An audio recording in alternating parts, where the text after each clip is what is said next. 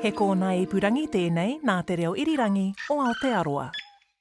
Hi, it's Mike here. Warning, there's some strong language in this episode. Remember the Peter Jackson film, Heavenly Creatures? I know what to do about Mother. We don't want to go to too much trouble. Some sort of accident. It's the story of the intense bond between Pauline Parker and Juliet Hume, two teenage schoolgirls who brutally murdered Pauline's mother. That's Mummy! She's terribly hurt! This was in Christchurch in 1954, and the murder trial was a scandal. The whole world was watching. The junior prosecutor in the Parker Hume case was a smart, confident, up-and-coming lawyer in his early 30s, named Peter Mahon. The defence case was that both girls were criminally insane.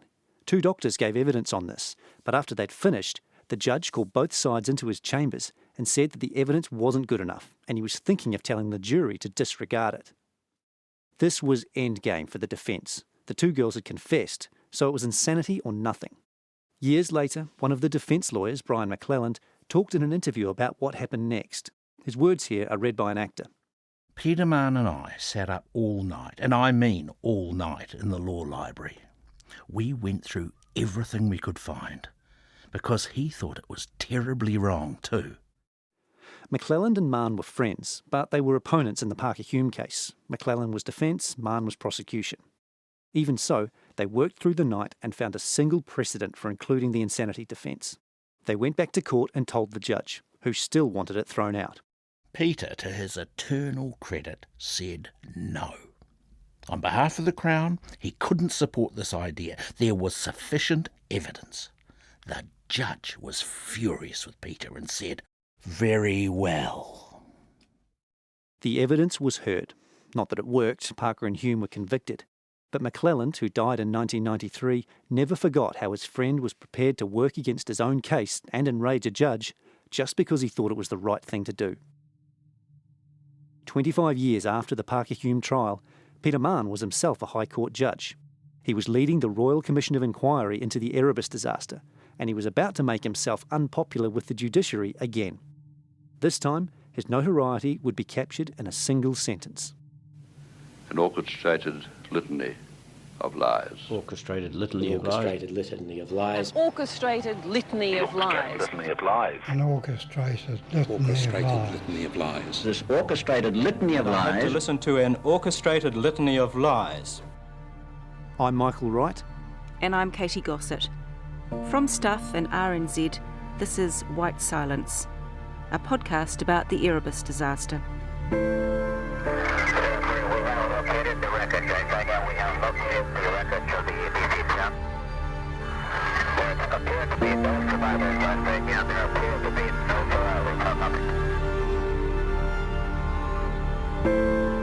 Somebody was trying to take him for a fool.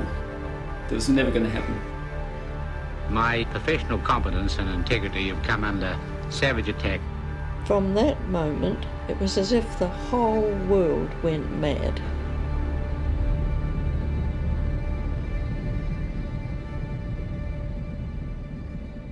Episode 4, The Love Song of J. Alfred Prufrock. The report of the inquiry into the Erebus air crash has just been released to the media. The pilots and crew... Peter Mahon's report on the Erebus disaster came out on April the 27th, 1981. It was even more of a sensation than the Chippendale report from the year before. Chippendale had blamed the pilots, Jim Collins and Greg Casson, but Mahon blew that out of the water. He said Collins and Casson did nothing wrong and that the crash was entirely Air New Zealand's fault. The Royal Commission's report says that the overriding cause of the disaster was Air New Zealand's act in changing the computer track of the aircraft without telling the captain or crew.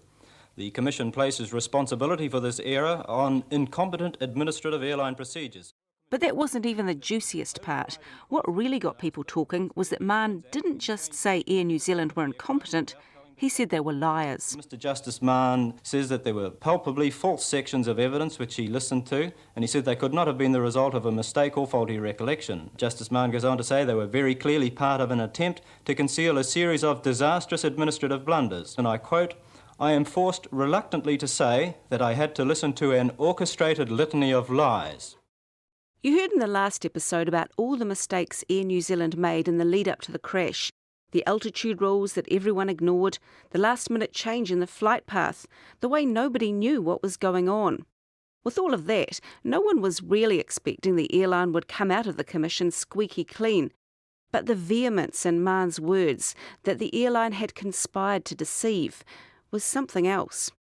I think the reaction was that this was a pretty stunning set of findings. Geoffrey Palmer is a lawyer through and through.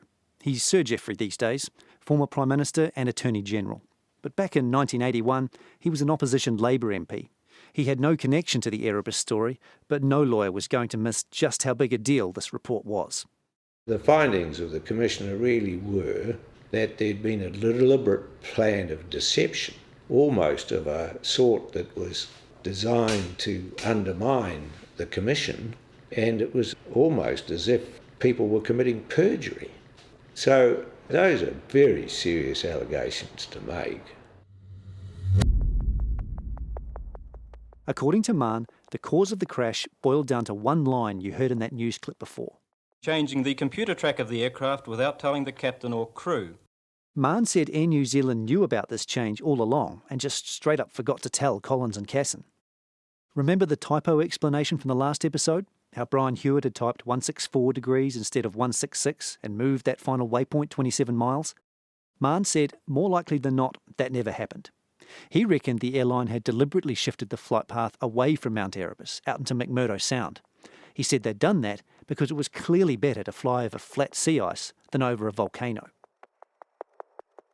Or, best case scenario for Air New Zealand, Mahon said Hewitt's typographical error really did happen, but the airline knew about it long before their pilot, Les Simpson, reported a problem after his own Antarctic flight.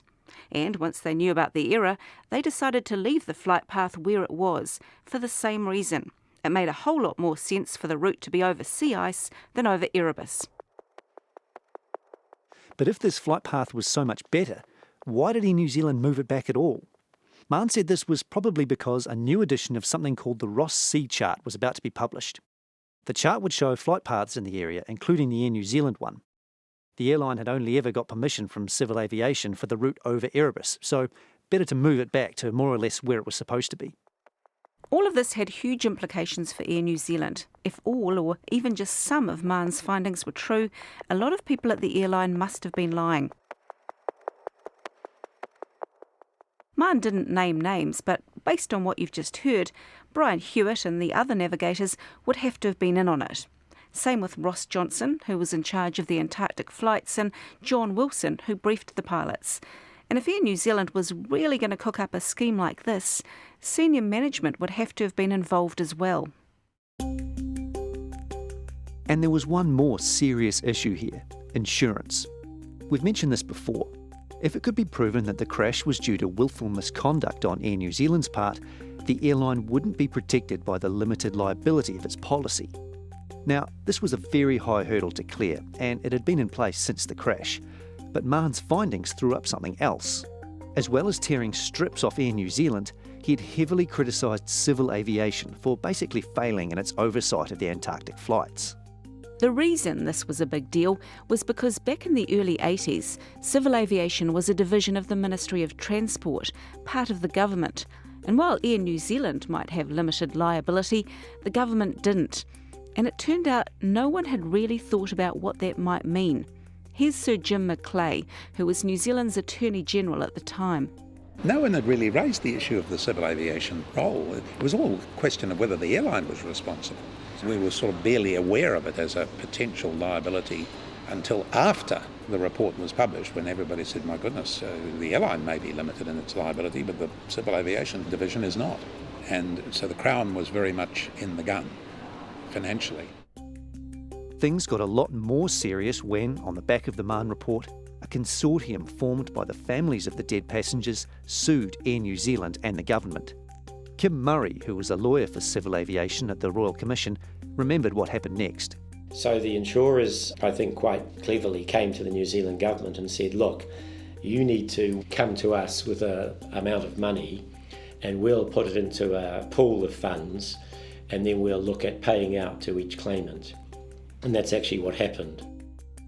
In October 1982, just days before a court hearing on the issue, Macleay announced the consortium, the government, Air New Zealand and its insurers had reached a deal.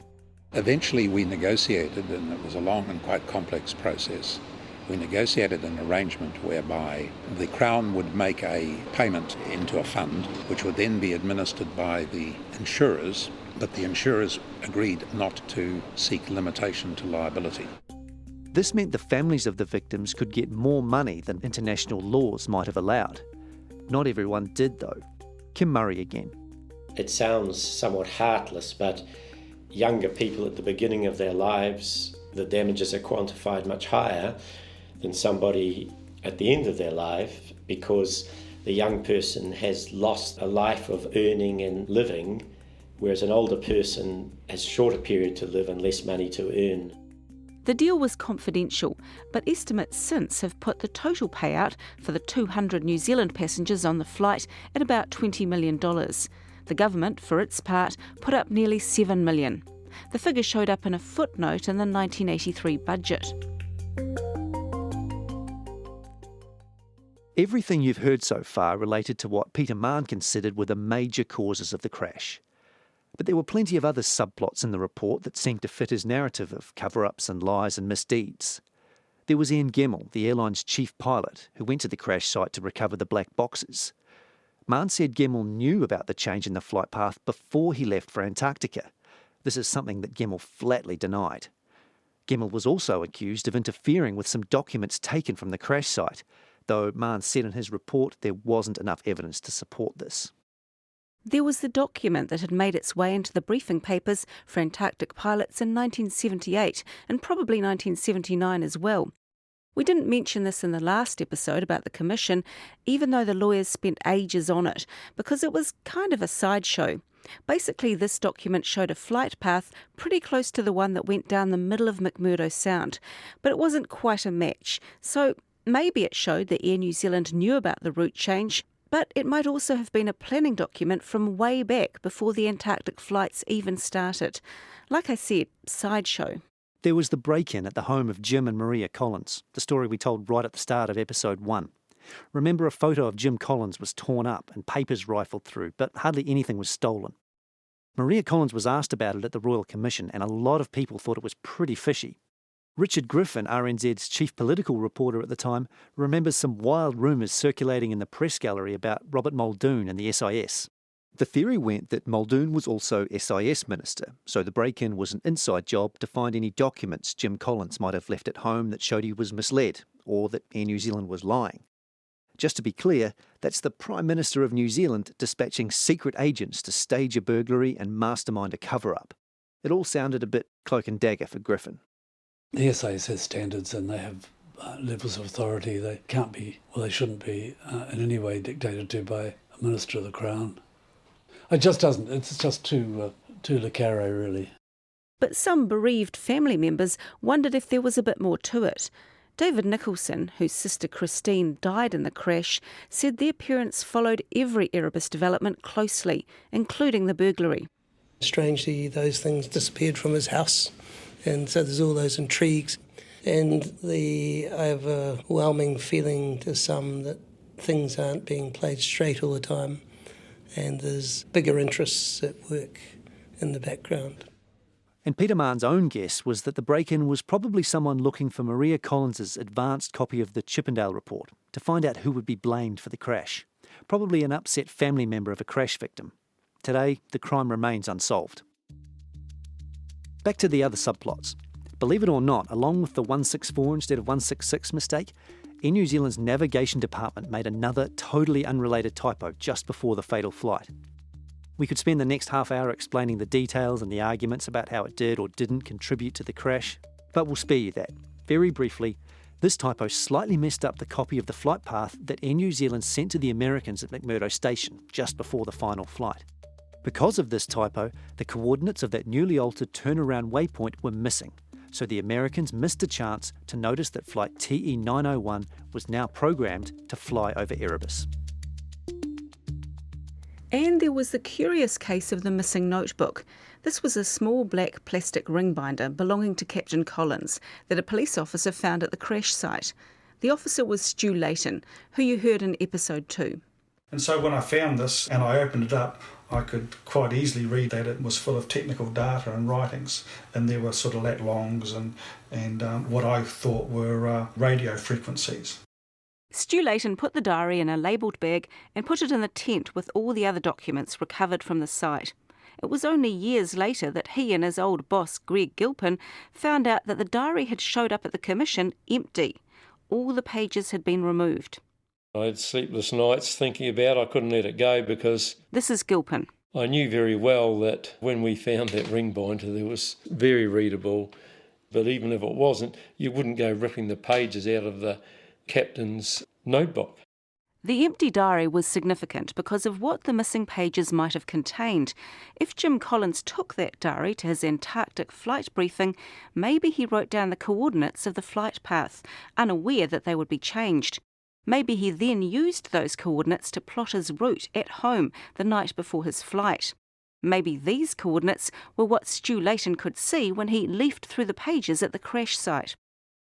Now that's a lot of maybes, but there were some stakes here. Remember what Ron Chippendale said way back in episode 2, that there was no evidence that the crew had been misled by the change to the flight path. Well, if Jim Collins had written the coordinates down, that would be pretty clear evidence that he had been misled. This whole issue, including the diary, has kind of mystified me ever since I started looking into the Erebus story. That line about there being no evidence the pilots were misled just doesn't make sense. Because if you consider all the key evidence, as we did in the last episode, it's pretty obvious that Jim Collins and Greg Casson were misled about the flight path. Whether they should have been misled is another question, but that they were misled seems clear. The alternative just defies logic. They would have to have been suicidal to drop down as low as they did, knowing they were flying straight at Mount Erebus. So, with that in mind, does it really matter if the captain's notebook has those fateful coordinates written in it? I mean, yes, that would amount to proof, but only of something you're already almost certain of. So why would anyone risk tampering with it? All that would achieve is that you now have to explain why an important piece of evidence recovered from the crash site is mysteriously empty. And no one's really ever had a good answer to that question. At the Royal Commission, an Air New Zealand pilot called Bruce Crosby said he was the one who received Collins' diary when it got back from Antarctica. Crosby was also a welfare officer for the Pilots Union, so he was liaising with the families, returning property, things like that. He said the pages were probably damaged by water and kerosene, so they had to be thrown away. He couldn't recall doing this, but said it probably would have been him, since he was the one handling them. Once the commission was over, he released a statement through his lawyer to say he had remembered that he was the person who did this. Crosby's story doesn't match what Stu Leighton and Greg Gilpin said about the pages being dry and legible. And over the last few months, I've heard and read several other versions of what happened to this diary. It's all a bit murky. The missing pages came up pretty late at the commission. By that time, Mahon was already troubled by some of Air New Zealand's evidence. So yeah, he took a pretty dim view of their explanations here. Finally, Mahon took aim at Air New Zealand's chief executive, Maury Davis. Remember, it was Davis who said he didn't see any of the blanket press coverage about how all the Air New Zealand flights made really low passes over the ice. Mahon clearly didn't believe him on this, and when it came out during the commission that Air New Zealand had shredded a huge pile of documents, he just about exploded.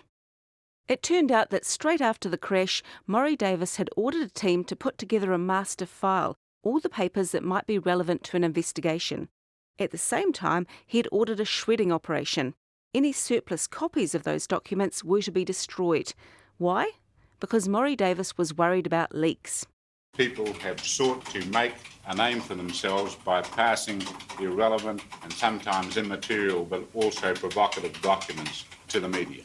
Peter Mahon didn't hold back in his report. He called this reckless shredding order, quote, one of the most remarkable executive decisions ever to be made in the corporate affairs of a large New Zealand company. And it's not hard to see why. The worst disaster in New Zealand's history, one of the worst aviation disasters ever, and you're shredding documents in case the media gets hold of them? It almost doesn't matter whether or not anything incriminating got destroyed. It's just not best practice. Because if something goes missing, you have to explain why. And this is exactly what happened with some papers belonging to First Officer Greg Casson. They were taken from his home soon after the crash and, according to his widow, some of them were never returned. It was never proven exactly what the documents were or if they were destroyed, but the insinuation from Mahon was clear. There was a shredder in operation and paperwork that could have been bad for Air New Zealand was going missing. The official response was swift. The government passed the Mahon report to the police to investigate. Nothing came of this, but 12 Air New Zealand staff were suspended while it happened. The airline was furious and immediately said it would appeal. The day Mahon's report was released, it held a press conference that was more like a declaration of war. Chairman Bill Mace fronted first. He dismissed Mahon's findings, and he batted away suggestions Maury Davis should resign. Then Davis came to the mic and gave a quite remarkable performance. Now, I've got a short statement to make. I'm answering no questions. You ready? That pause you just heard is only about a third of how long Davis actually stood there in silence. What follows is pretty much unedited. We've trimmed a couple more pauses. My professional competence and integrity have come under savage attack in the Erebus report. That attack is totally indefensible. I reject entirely any allegations that my performance of duties, giving of evidence, or relationship to the giving of evidence by others was in any way inadequate or improper. And I have nothing more to say at this stage. Well, Mr. Davis, you've been accused of conducting an orchestrated litany against the truth. Surely you must say something about that. You've had my comments. Mr. Davis, are you remaining in office? Are you remaining with Air New Zealand? You have my comments.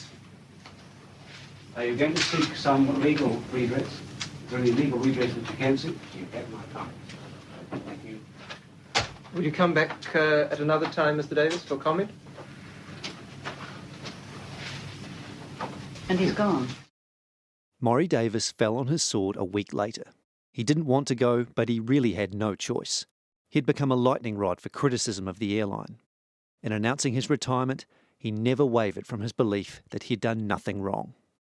I've become a focus point, a visibility problem, I guess, and I think there are a significant level of influential people in the public which would like to see a sacrifice. Davis had joined the company as a teenager during World War II.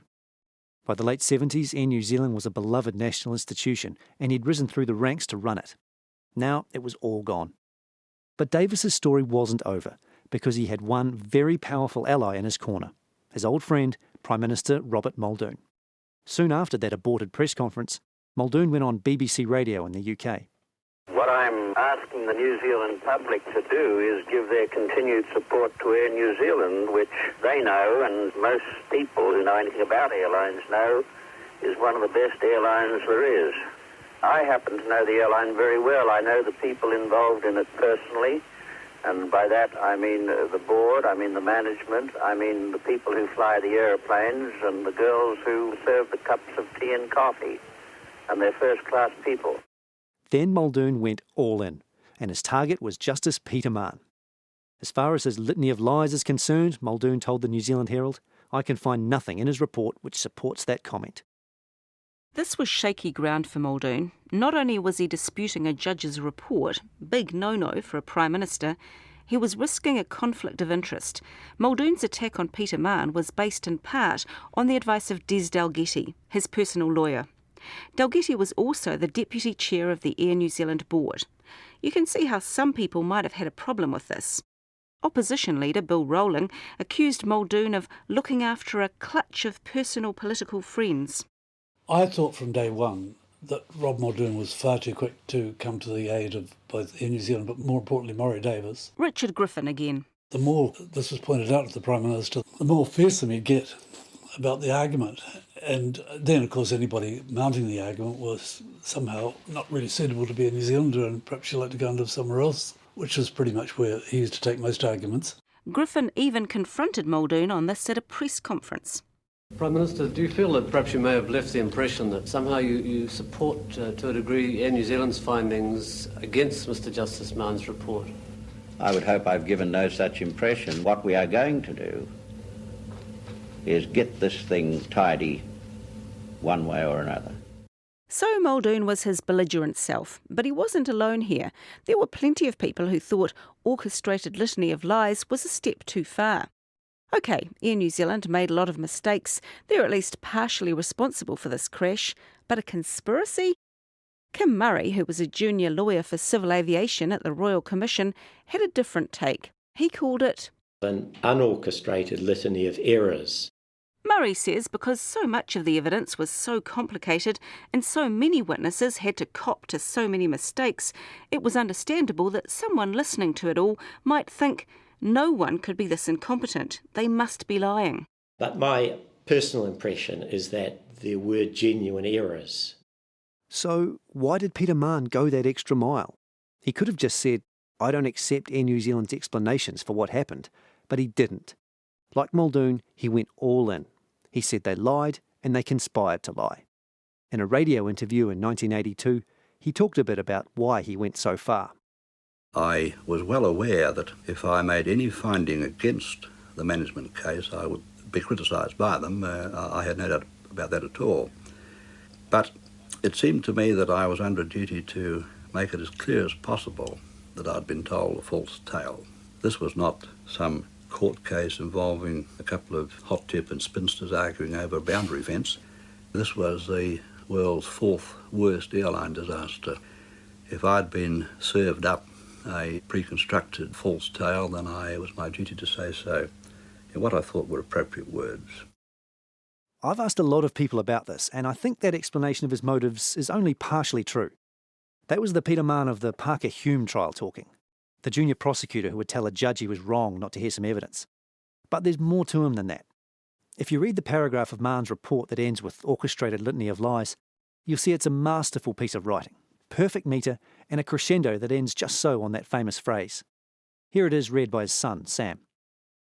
No judicial officer ever wishes to be compelled to say that he has listened to evidence which is false. He always prefers to say, as I hope the hundreds of judgments which I have written will illustrate, that he cannot accept the relevant explanation, or that he prefers a contrary version set out in the evidence. But in this case, the palpably false sections of evidence which I heard could not have been the result of mistake or faulty recollection. They originated, I'm compelled to say, in a predetermined plan of deception. They were very clearly part of an attempt to conceal a series of disastrous administrative blunders, and so, in regard to the particular items of evidence to which I have been referred, I am forced reluctantly to say that I had to listen to an orchestrated litany of lies. There are a million ways Peter Mahon could have written that paragraph, but he chose just about the most dramatic way possible. Richard Griffin knew Mahon a little outside of court. The judge could be excellent company, he said, but... Dare I say, because of Mahon's personality, he was a man on a mission. He was a warm and engaging man, but I think he also enjoyed being the centre of attention too, and perhaps a bit of a martyr. Yeah, there was an Irish sense of theatre about him that he enjoyed. Peter Mahon was a little bit of a drama queen. I'm Margarita Mahon. My husband was the commissioner for the inquiry into the accident at Mount Erebus.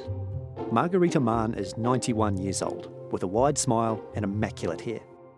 She lives in a small flat in a retirement village in Auckland. Like her husband, she's extremely well prepared. Oh wow, you've been going through the records. Oh, I have indeed. I went to see her earlier this year to pick through her personal archive and her remarkable trove of memories. Like the party where she first met her future husband. The stepson of a relative of my father was having a 21st birthday celebration. Which was also their disastrous first date. I discovered later that he didn't really want to be there because it was a Friday night and that was when you met with your football friends to have a few drinks. And his sisters had been instructed to see that Peter didn't escape from the party. They sort of all went off to dance, so he said, oh, well, yes, I suppose we'd better dance. So we did, and I was thinking, oh, let me get home, you know. While they were dancing, Margarita's ride for the night told her they were leaving and said there was someone else who could give her a lift home. And that was one of Peter's sisters and her friend. Oh, I was devastated. I just wanted to get away. Anytime a girl uses the word devastated when describing your first date, you've done pretty well to get a second. Somehow, Peter Mahon managed to take Margarita Smith out again. Even more impressive because Peter Mahon was a man of few words and, as his future wife was about to discover, a complicated man. How so? Well, I think that from his early years, being brought up as a Catholic... Peter Mahon was born in 1923. He grew up during the Depression, went to St Bede's College in Christchurch. His mother was often sick, and Peter was sent to stay with his devout Irish grandmother and several cousins. Although they all said, oh, he was great, he didn't particularly like them, I found out. So he was keeping all that inside himself, and then he grew up keeping a lot within himself. Peter Mahon joined the army when he was 18 and served in Italy during the Second World War. He picked up a love of the Italian language and literature that he never lost. But Margarita didn't know much more than that because no one talked about the war, certainly not the reserved Peter Mahon. When he returned, he worked at the Crown Prosecutor's office in Christchurch, where certain things were confidential. Even if they weren't, Mahon didn't discuss them. He never, ever brought his work home. I had to second guess all the time. Yes, it was sad, really. It was sad that he could express himself in letters, and I think where the children were concerned, he expressed more in letters than he ever did one-on-one. Peter Mahon was quite literally a man of letters. So much so that when he wanted to ask Margarita to marry him, instead of just, asking, he handed her a piece of paper. And he said, oh, perhaps you'd like to read this? And it was the love song of Alfred Prufrock, by Eliot. Margarita still has that piece of paper. She calls it her more or less proposal. And indeed, there will be time to wonder, do I dare? And do I dare? Time to turn back and descend the stair with a bald spot in the middle of my hair. They will say, how his hair is growing thin. The love song of J. Alfred Prufrock by T.S. Eliot is the monologue of a neurotic man racked by insecurity and self-doubt. He can't quite bring himself to declare his love for a woman. Not quite the image of the self-possessed, successful lawyer that Peter Mahon cut in those days. But he was a complicated man. So afterwards, he said, what did you think of that poem? So that was his lead-up, you see. It was difficult for him to actually say, I'm proposing to you. So he's doing it through Alfred Prufrock. This is the man who would go on to pick perhaps the biggest fight in New Zealand legal history because he thought it was the right thing to do. But he can't just propose to his girlfriend. He uses a poem to explain himself first. Like Margarita said, Peter was always better on paper. Here, some case. John Byrne was the second lawyer to set up shop as a sole barrister in Christchurch after World War II. Peter Mahon was the first. They worked together and against each other for years until their careers took them in different directions. Then they wrote letters. I shouldn't know, better not put this in. Jesus, bloody Mahon. Byrne is retired these days and lives in Christchurch, where he still has a folder full of Peter Mahon's correspondence. This is typical of him too. At our place we have no garden, but I have in mind an ambitious project aimed at growing tomatoes. I'm very fond of tomatoes plucked freshly off the vine. They are cool and fresh and sharp to the taste, like kissing brook shields. Oh, he was a bit of a fantasist. Over decades, working together and exchanging letters, Byrne got to know Mahon probably as well as anybody.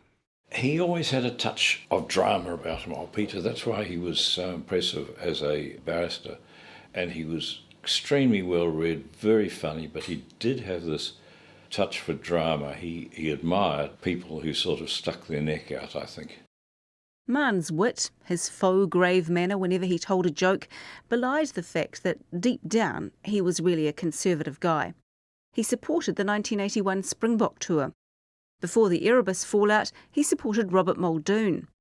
But while Peter Mahon was a conservative man, he was never quite an establishment one. John Byrne again. I think he always felt a little bit on the outer.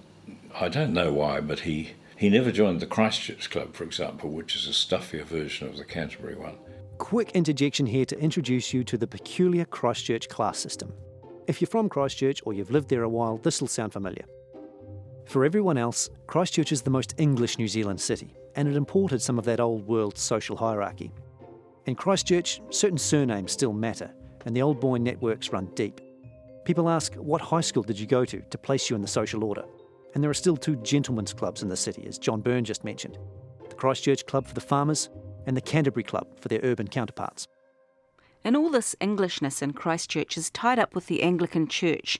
You know, the earthquake-damaged cathedral the city's been agonising over for nearly a decade, that's the Anglican one. And Peter Mahon... He was a Catholic.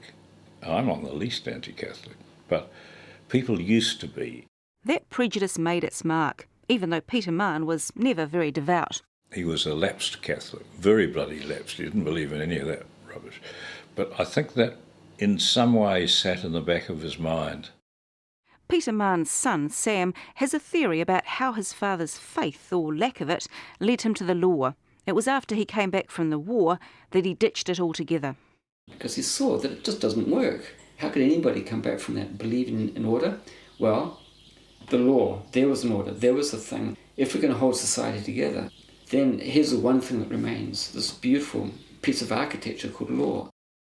Sam Mahon is an artist and environmentalist, a bit of a thorn in the side of authorities, especially over dirty rivers and polluted water.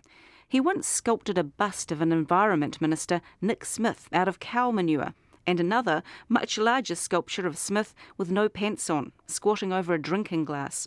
Peter Mahon might have shuddered at his son's liberal sympathies, but otherwise Sam is a chip off the old block. I've got a lot of him in me, not his intellect insofar as logic goes. I'm an emotionalist, but I do have his Irish passion, I think, and I do get angry at things that aren't straight. Sam's mum, Margarita, tells a good story about Peter's dad from the 1930s, during the Depression. It might be a bit of a clue. Back then, Peter Mahon's father managed a general store near Christchurch, and every so often the company would send someone to check up. One day, one of these people showed his father a shady bookkeeping trick that could make things easier. Maybe make it look like you had a bit more in the account during hard times. And he said, no, I won't do it. And he lost his job. And where did you go with a family, you know? And so when it came to Erebus, Sam Mahon said his father was always going to do what he thought was right, even if it cost him. I think in any game, you want the rules to stay the same. And I think that's what he found abhorrent in the aftermath of the Erebus thing. Overriding all of that would be the fact that somebody was trying to take him for a fool. And that would never, that was never going to happen. And like his father, Sam Mahon was good on paper. He kind of had to be because his father wasn't exactly a tell me what's on your mind kind of dad. Sam wrote a whole book, My Father's Shadow, about this remote man in his life. My father communicated best from a distance, he said, in an exchange of letters, and even then we had to work to find him between the lines.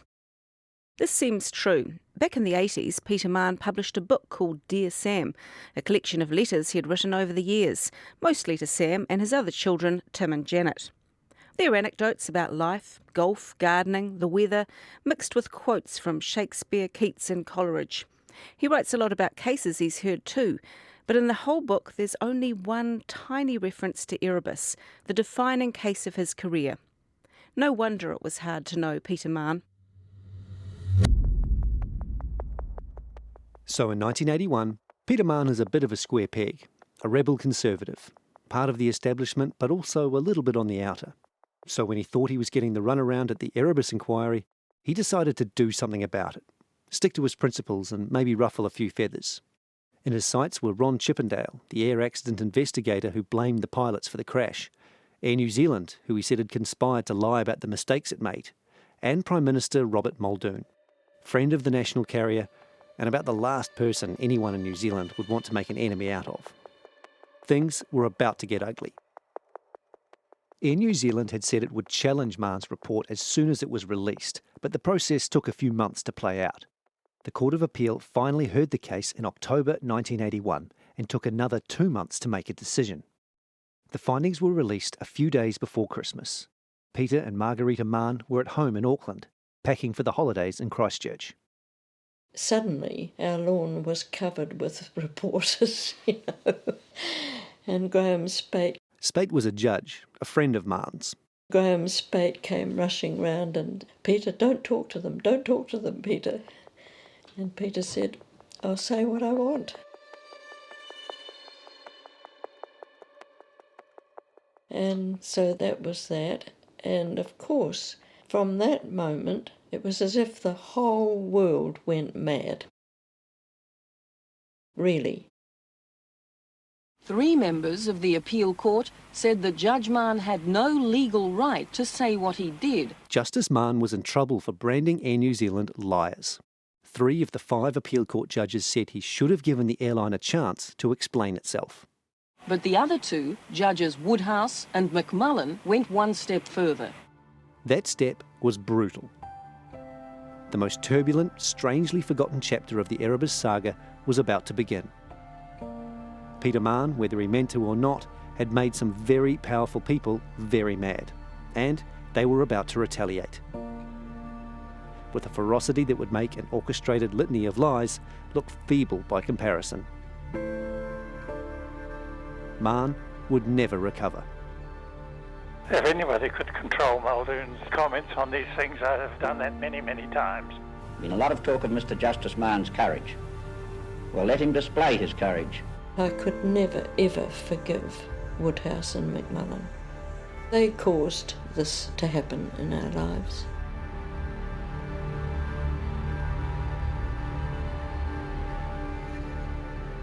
That's next time on White Silence.